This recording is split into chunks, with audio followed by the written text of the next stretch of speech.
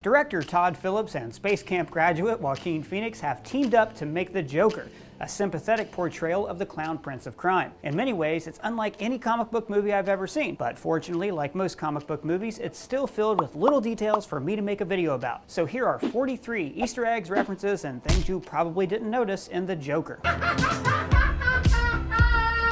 Hello, I'm Ryan Airy. The movie begins with this 80s Warner Brothers logo, which immediately sets both the setting and the gritty tone of the movie. As Arthur is getting ready for work, a pillow hangs over his mirror reading, "You look marvelous, darling," a line from Billy Crystal's stand-up that he later brought to Saturday Night Live. The movie also features a cameo from comedian and podcast host Mark Maron as a late-night producer. Lock the gate! In the first scene, Phoenix's character, Arthur Fleck, is turning his face into a series of exaggerated smiles and frowns. These are the two classic looks of clowns, but he's also imitating the faces of tragedy and comedy. In many ways, Arthur is the embodiment of these two facets of theater. He's always sad, but has a medical condition that forces him to make an uncontrollably happy face. Throughout the movie, Arthur dances, often contorting himself into strange poses. This style of dance is reminiscent of Pierrot, a clown character from French pantomime. Arthur's social worker is Deborah Kane, a character who first appeared in the novel Batman Ultimate Evil when the Caped Crusader hunted down a ring of pedophiles. In that book, Deborah is a caseworker with child services. That's appropriate for this movie since we find out that Arthur was an abused child. You're just an ordinary kid, and so am I,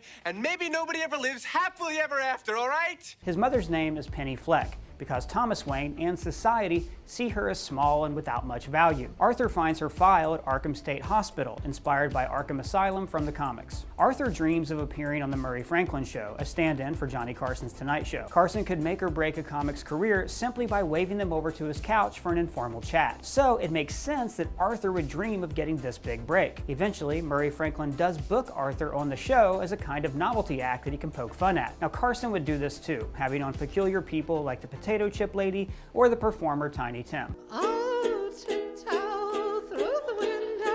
Arthur eventually kills Murray. Just as in the comic book Dark Knight Returns, the Joker kills a talk show host and his whole audience on live TV. Murray is played by Robert De Niro, which is a bit of stunt casting since Joker pays homage, or just outright steals from, two classic De Niro movies, King of Comedy and Taxi Driver. In the King of Comedy, De Niro plays Rupert Pupkin, who, like Arthur, is an amateur stand-up who dreams of appearing on a late-night talk show and being friends with the host. Both characters rehearse in the home they share with their mother. Both men also end up making it on the show and doing something illegal. Rupert kidnaps the host, and Arthur ends up killing Murray. Also, I just have to mention this bizarre scene in King of Comedy, where an extra is not only watching Robert De Niro the whole time, he starts to imitate him.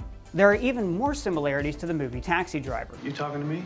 Both Arthur and Travis Bickle play with guns in their homes, use their fingers to simulate blowing their brains out, become obsessed with a woman, write their dark thoughts in a journal, All the animals come out at night. fixate on a political figure. After failing to hurt the political figure, they turn their sights on an easier target. Then they have a physical transformation before going on a murder spree, and both films strongly hint that the heroic endings are completely imagined. Also, Taxi Driver was filmed during a sanitation strike, while Joker is set during a sanitation strike. The news mentions the threat of super rats. In the show Batman Beyond, Terry faces off against giant man-eating rats in the sewers.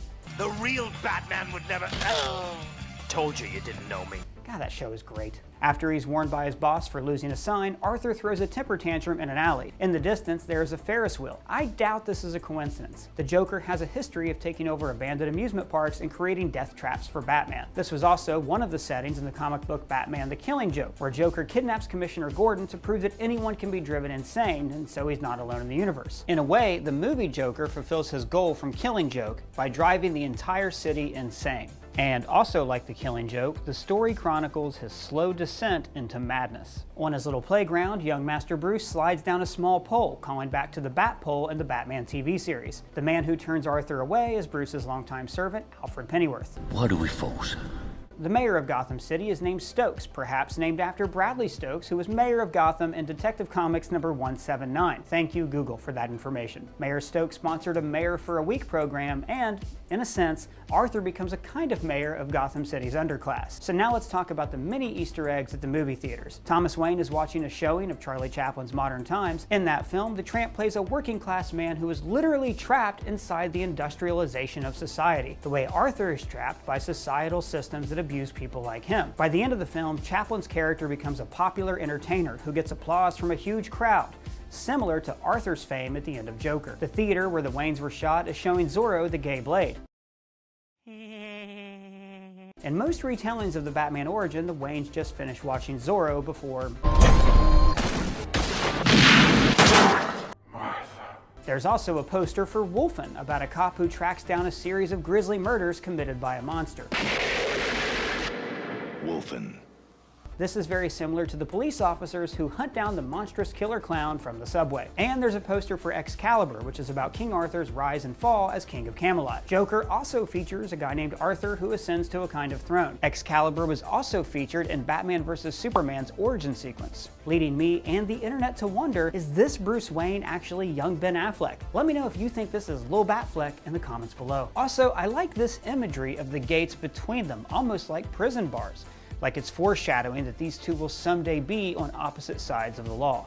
Also, like any good Batman origin, we got...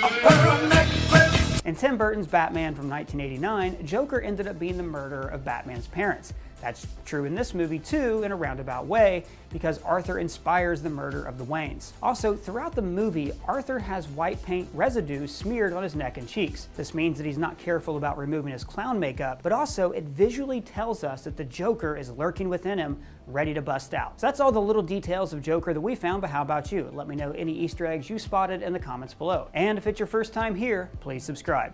For Screen Crush, I'm Ryan Airy.